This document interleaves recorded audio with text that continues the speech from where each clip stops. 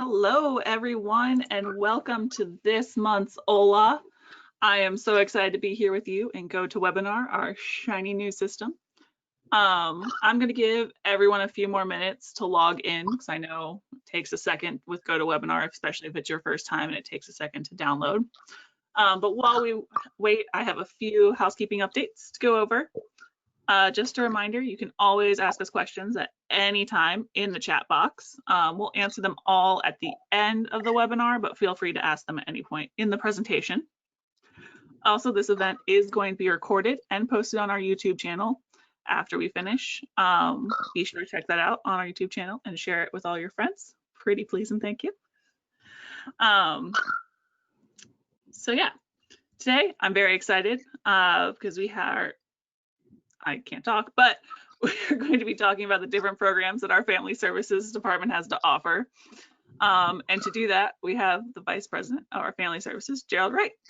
Gerald has been with us for 3.5 years, and we stole him over from the West Coast, brought him over to the land of all 4 seasons. And with that, I'm going to pop it on over to him. Cool. Thanks a lot, Alex. Hello, everybody. And I've just got to say about the whole, bringing me over from the West Coast. I must say, I didn't exactly come kicking and screaming. I told Alex before, I totally feel like I traded up when I came over, moved to Charlotte from Seattle. Been really, really excited about the work that I've been able to do here with Habitat Charlotte Region and the Family Services Department. So I'm just going to talk to you a little bit about the services that we offer. And I feel like it's always fun to really connect it with my title, because this is the way I understood our work when I initially came to this wonderful organization. Like a lot of people that I talked to, what I thought I knew about Habitat for Humanity in general was that we were the organization that gave homes away to people. And then I quickly found out that that could not be further from the truth.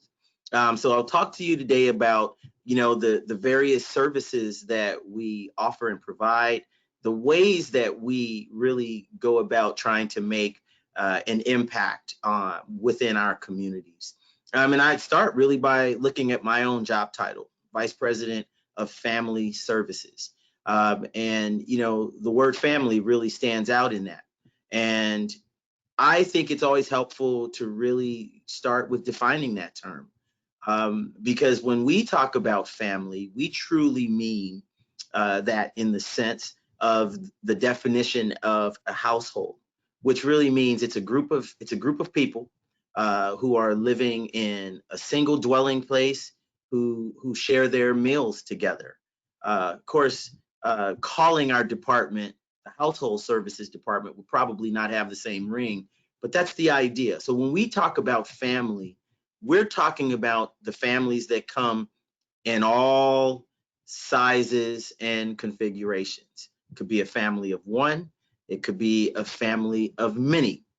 And so first, talking about some of those services that we partner directly with families to provide.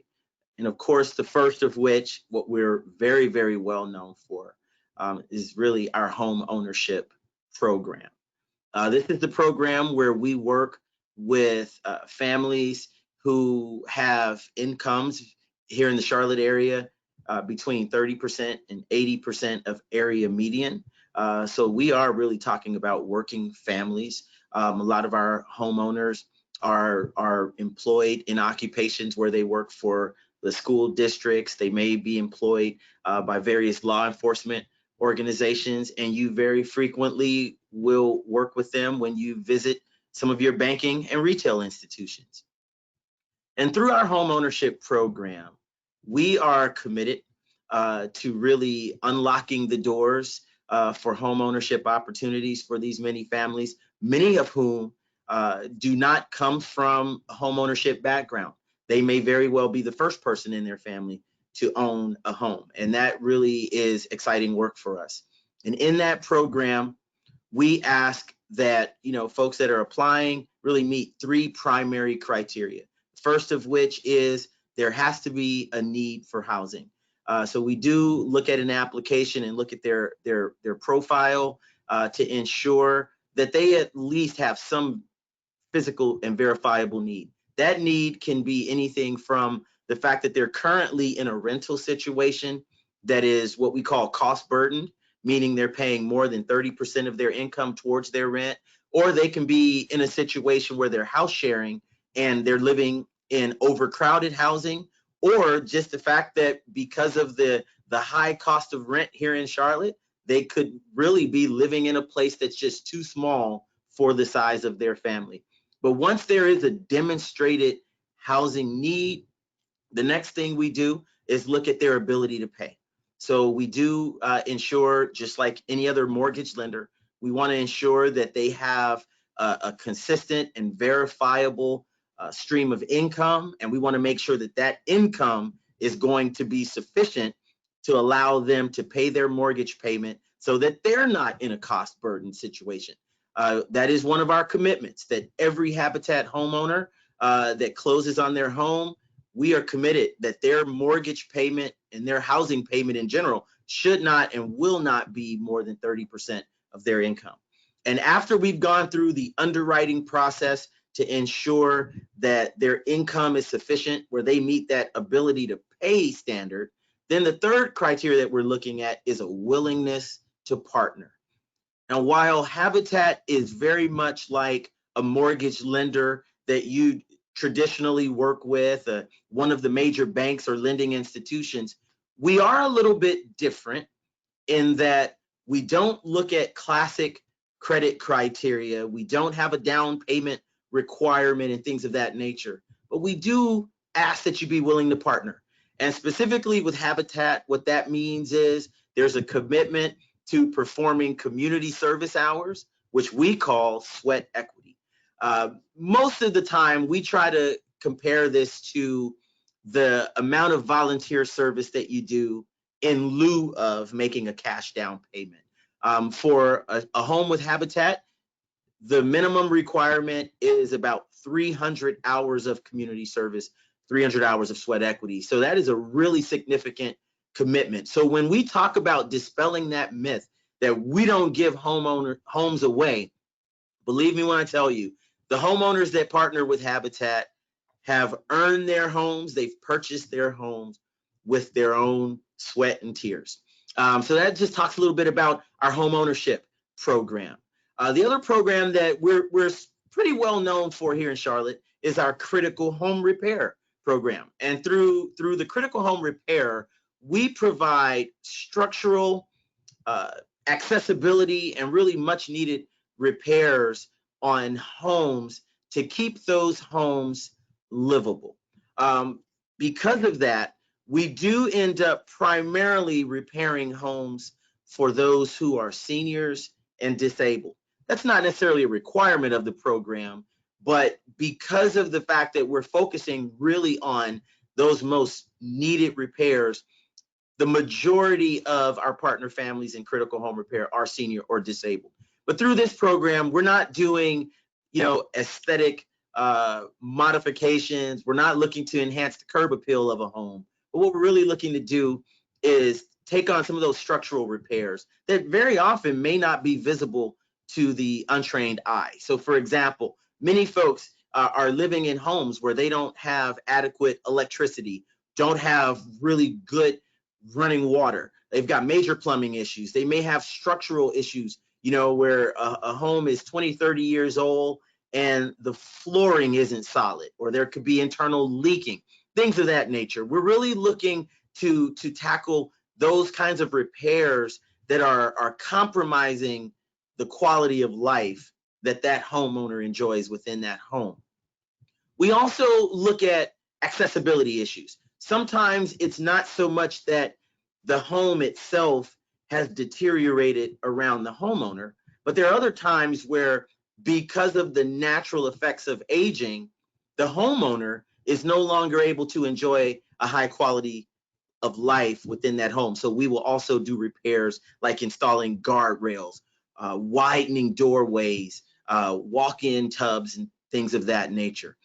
So that's a part of our critical home repair program. And one of the other services that we offer in direct partnership with families, I like to focus on the home buyer, the pre-home ownership education, and one of our newest program offerings called Money Matters.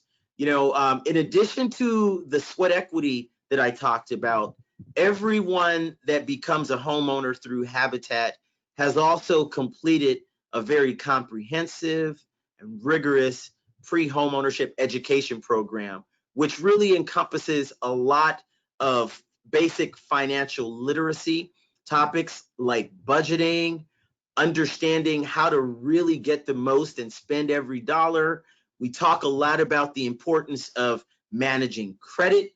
We live in a society, let's face it, where your credit at times is even more important than the actual amount of money that you have. We also talk about the importance of saving, long-term savings in particular. And this means really helping our homeowners and really helping community members in general understand that regardless of your income level, you can always embrace that concept of paying yourself first and commit to savings. It may look like a little bit now, but a little bit truly goes a long way over the course of time. And we also talk about the importance of life insurance.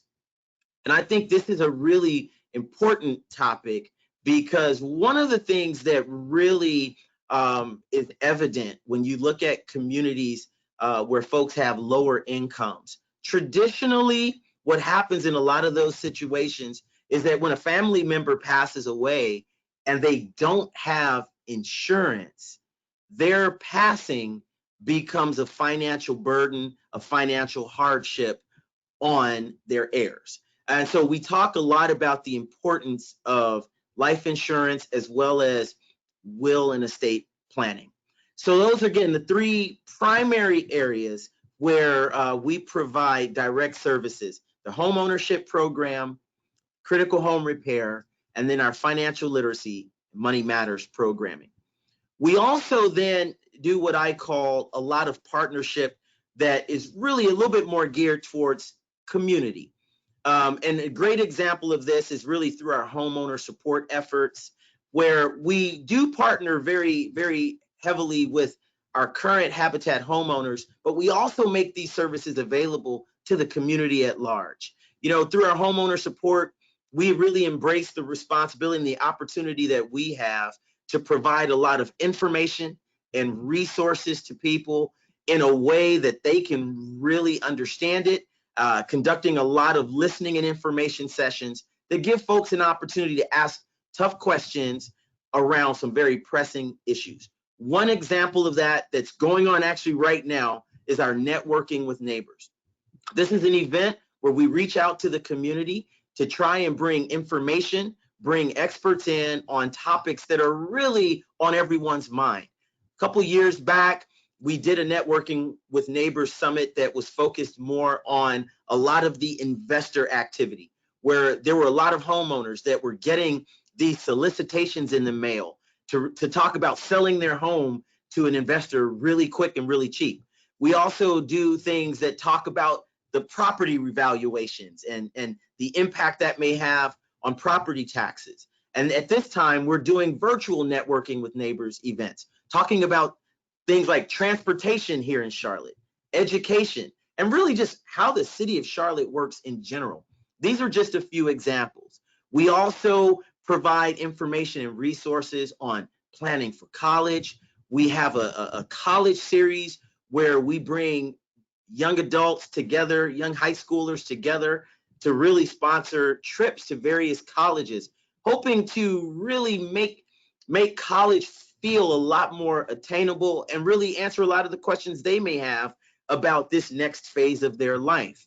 We also provide a lot of workshops and a lot of information around aging in place. We do aging together workshops where we're looking to bring, seniors together and match them up with organizations who are committed to providing information around, again, transportation services, nutritional eating and nutritious foods. We also talk a lot about the Medicare, Medicaid system and really helping them with will and estate planning.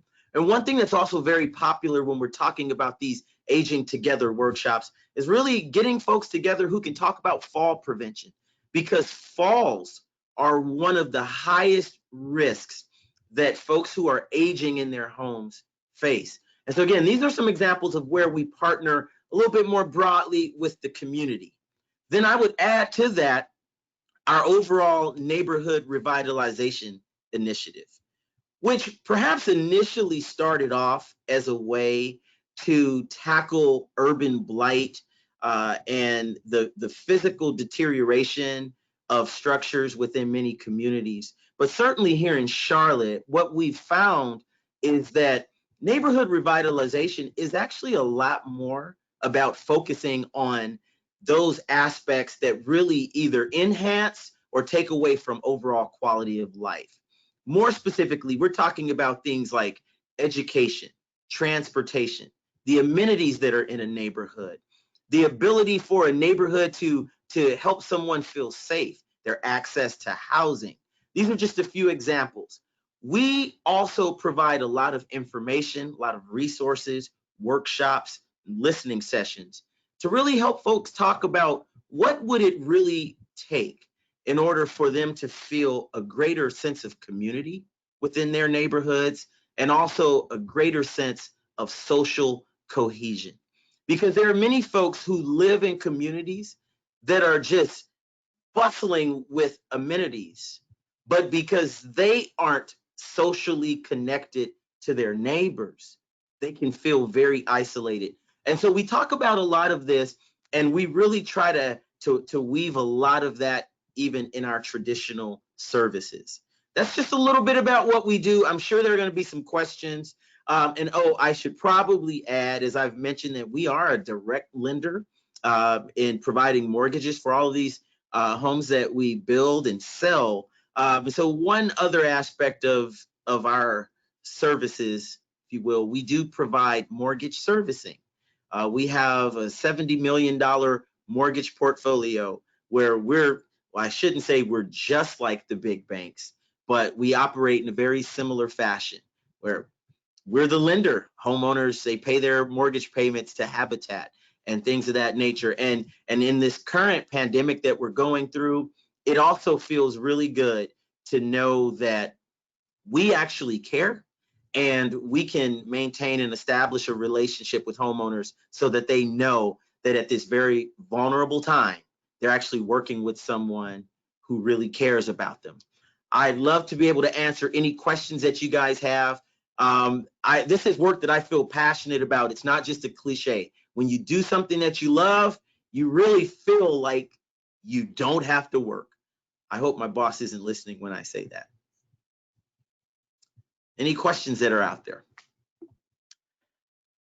Yeah, and honestly, I think when I told Gerald you have about 15, 20 minutes to talk, it was through email, but I think I got that look of like, I don't know if I could do that in 15 to 20 minutes. Yes. So we do have a few questions rolling in. All right. Keep them coming in. We'll just start rolling through them. So one that's coming in a few different ways, so I'm going to try to combine for everyone. Pull them together. Yeah. Is credit taken into account when applying and getting approved for new home ownership program? It's a great question, and I was hoping that one would come. Credit is taken into account, but not credit score.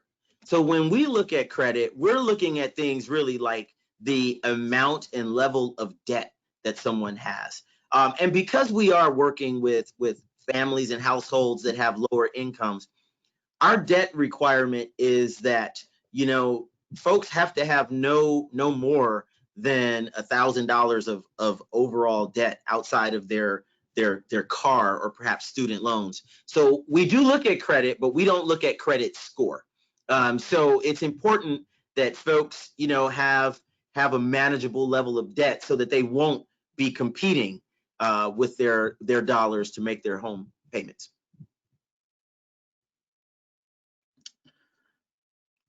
Can you have debt when you apply for any of the programs that we offer? Yeah, so for the critical home repair and the Money Matters programming, credit and debt really aren't factors nearly to the same degree that they are with the home ownership program. And while it is possible you can have debt, as I'm saying, you can have up to, I believe it's $1,000 or so of outstanding debt. So when you think about things like you may have a credit card balance or things like that, you don't have to be completely debt free at the time that you apply. You know, and there are many folks who may have like collection accounts and things of that nature. And we do take a look at those. You know, we're a little bit more lenient, obviously, when they're like collections that are due to medical things in certain, you know, certain medical collections that folks have. But overall, you don't have to be completely debt free. And I would always urge someone that if you are feeling like you at least meet that profile where you're just feeling like the amount of rent that you're paying could go towards a mortgage, I would encourage you to reach out to our homeowner selection staff who'd be able to really help you chart the right path towards your homeownership goal. For the critical repair program specifically, is there a cap on income for qualifying? Yes, that's a great question. For our critical repair program, there is a limit. We do work with families and households who have incomes no more than 80% of area median income. And that is based on your household size. You know, so it's not as simple as being able to say there's an income cap, but based on the size of your household, you still have to fall within 80% of area median. This one's taking a bit of a step back from specific programs and going a little bit into COVID, but Okay. how is the current economic situation impacting mortgage defaults and late payments? Yeah, you know, if I could answer it just really succinctly, I'd say very greatly. You know, traditionally, Habitat Charlotte, you know, as a lender, you know, we had delinquencies around about the 9 to 10% range. And just to put that in context, the FHA guidelines across the country usually say that about 7 or so percent of folks with FHA mortgages are delinquent. Because of COVID-19, our delinquency rate tripled, basically went up as high as 30%. And that makes sense when you think about it, that folks that have the lowest incomes have the least amount of flexibility and savings probably in their budget. So there was definitely a tremendous impact felt by Habitat homeowners. Thankfully, we've been able to connect a lot of them to the mortgage relief efforts that the city of Charlotte has made available, and also through the generous support of our donors and our partners. We've been able to also provide some mortgage relief to those homeowners who are not necessarily eligible for the city of Charlotte's program, but it's definitely had an impact. You know, when you think about businesses being closed and folks being laid off and furloughed, very often you're talking about the folks who are likely Habitat homeowners. All right, so I think this is winning as the most popular question right now. Right. I can answer it. How do you apply / when do applications open for new home construction? You know, that is the question. And I'm sure it's the question your team gets asked the most as well. We get it all the time. And I'm really pleased to say that recently, over the course of the last year, we've really transitioned to an online application process, which makes the application process itself so much easier and smoother. You can upload all of your documents. You can access the application, you know, from your own living room or from your mobile device without having to come in, and that makes it great.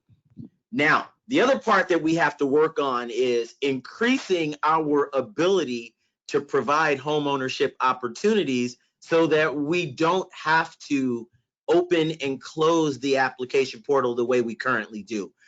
Right now, we're looking at a schedule where we're probably making homeownership applications available on a quarterly basis or so. But here's a little trick of the trade, I guess I can call it. You know, the folks who enter and complete our Money Matters program can apply outside of the application cycle. I realize I probably should not have put that out in the air, but it works. But really, outside of that, what we do is we ask folks to come to our come to our website and register so that you can receive the initial notifications when that online portal is going to open up again. And this is going to sound like a shameless marketing plug, but if you do follow us on social media, we do also post when they're open, but we usually give a little bit of a notice of like they're opening next week or in another couple of weeks, and also reminders of like it's closing tomorrow, which if you're anything like me, I love a good reminder. Yes. Sorry, there's a lot of questions that are repeating. I'm just scrolling through them as we go. Questions are good. Questions are good.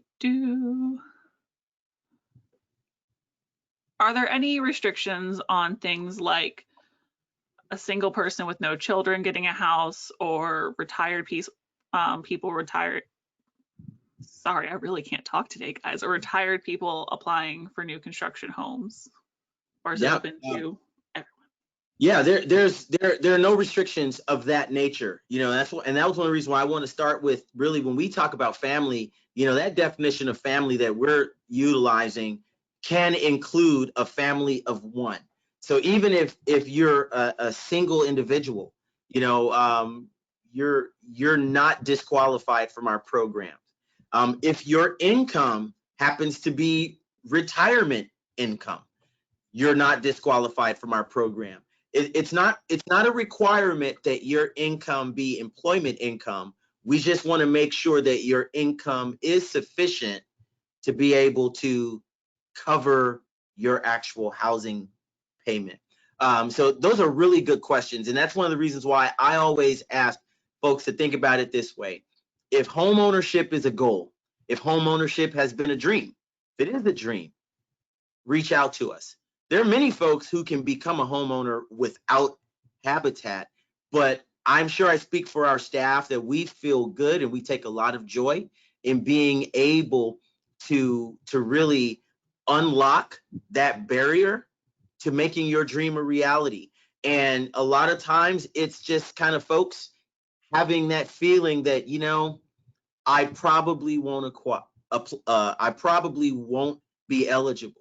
And I always like to say that also means that you probably will be. So I encourage folks to really reach out and let us help you understand what that journey really looks like for you. That is a great question. I'm glad you asked it, because I'm thinking that there are probably many people who feel like, you know, the fact that maybe their income is a fixed income or their income is retirement income, that they may not be able to complete this journey, but you certainly can. And how long does that journey take from application to here are the keys to your house? Yeah, you know, that's a good one too, and it's a little difficult to really answer because there are so many factors. Like going back, I mentioned the sweat equity piece, you know, and there is a requirement that folks work and achieve, you know, 300 hours of sweat equity.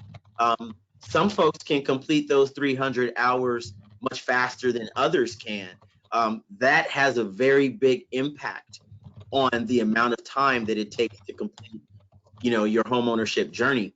The other factors can be, you know, things like, you know, one homeowner might be in progress and then suffer a job or income loss that requires them to, you know, stay in the process a little bit longer. And then one of the other variables is whether or not you're choosing a newly constructed home, which may very well take upwards of 8 to 9 months to complete, or whether you're choosing to purchase a home that's already built and existing and has been rehabbed.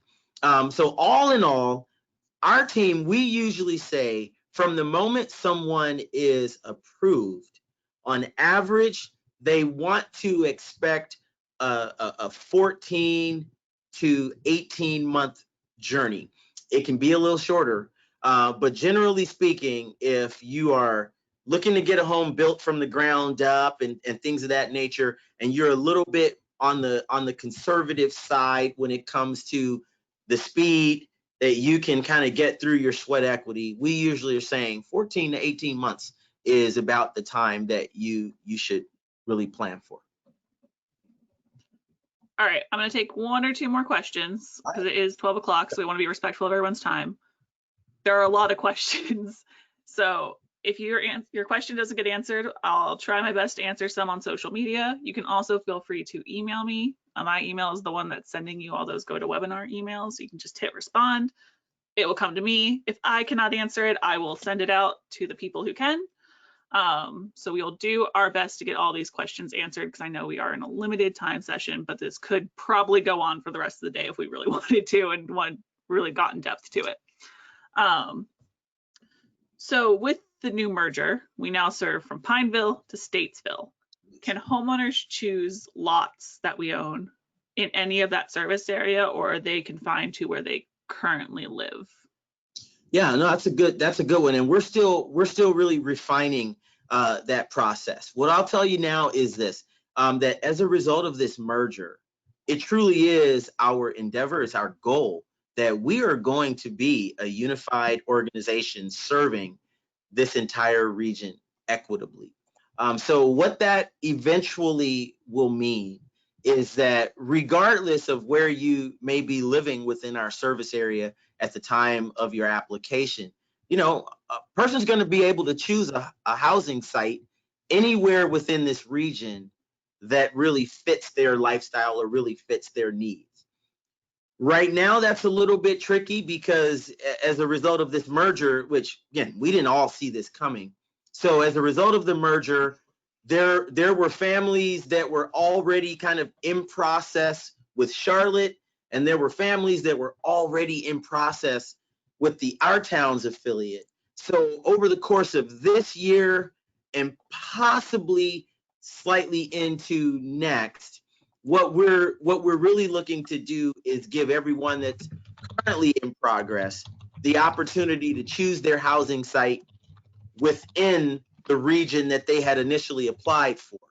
And then thereafter, we'll open it up so that someone who for example, someone who's living in Charlotte, who may very well be attracted to the opportunity of living in Huntersville or Cornelius, Davidson, would be able to do so, and vice versa. Someone who may be living in North Mecklenburg County or part of Iredell County but works in Charlotte may very well be interested in a home site that's in Charlotte. Eventually, we're going to get there. But for right now, we wanted to make sure that we didn't create a much longer waiting list for folks. So we're really trying to serve everyone in the region that they had initially applied for. Yeah. All right. I think we're going to wrap it there. Thank you so much, Gerald, for all your information. And thank you to everyone joining us. I do believe this was our largest OLA yet. So thank you all. If you want to learn more about our affiliate and our services, we also have another place. I was posting links to our website. We also have a new podcast called Habitat. And the next episode that is launching, which will be next Thursday, is on the homeowner process from the time of application to the time you get the keys to get into your house. So it does follow along nicely with this. So I was just checking that out. We are on all the podcasting platforms, Spotify, iTunes, Pandora, more that I don't even know because I'm a terrible millennial, but we're all there. Also, check us out on all of our social media sites. That is also the best place to find links to things like Money Matters, networking with neighbors, all of that. Facebook is facebook.com/habitatclt region. Twitter is Habitat CLTREG, and Instagram is Habitat CLT region. I can't wait to see all of you next month on September 4th for the next edition of Habitat Online Learn and Ask. Thank you all so much and have a great rest of your day. Bye. Take care, everybody.